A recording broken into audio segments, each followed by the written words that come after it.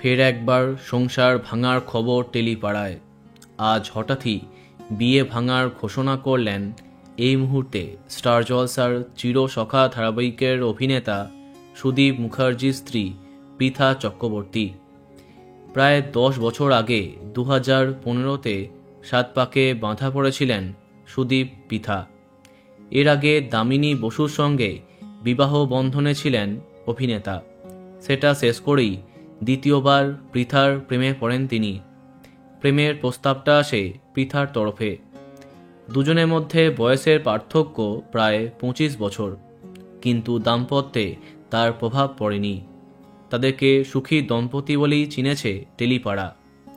3 দিন আগে অবধি সোশ্যাল মিডিয়াতে একে অপরের ছবিতে কমেন্ট করতে দেখা যায়। এর আগে স্টার জলসার স্মার্ট জড়িতে তাদের রসায়ন সবার পছন্দ হয়েছে, কিন্তু হঠাৎ তাদের ডিভোর্স কেন? এদিন পৃথা তার সামাজিক পাতায় পোস্ট করেছেন, আমরা আর একসঙ্গে নেই। আমি আর সুদীপ আইনিভাবে বিবাহ বিচ্ছেদ নিলাম, তবে আমরা সারা জীবন বন্ধু থাকব। তার সেই পোস্ট দেখতেই পাচ্ছ।